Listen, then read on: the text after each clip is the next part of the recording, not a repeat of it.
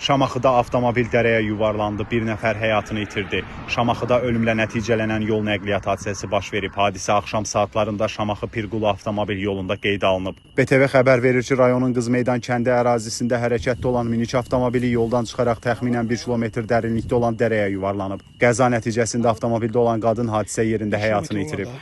Hadisə yerinə Fövqəladə Hallar Nazirliyinin xilasediciləri cəlb olunub. Meyit və yaralılar xilasedicilər tərəfindən çətin relyefli meşəlik ərazidən çıxarılaraq adiyyat üzrə təhvil verilib. Faktla bağlı araşdırma aparılır. Hadisənin dəqiq baş vermə səbəbi araşdırmanın nəticəsində məlum olacaq.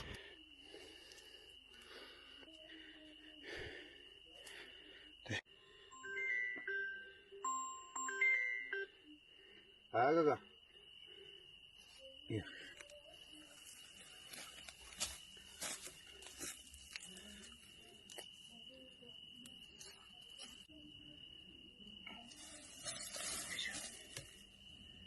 İçine bir xəsarət alıb.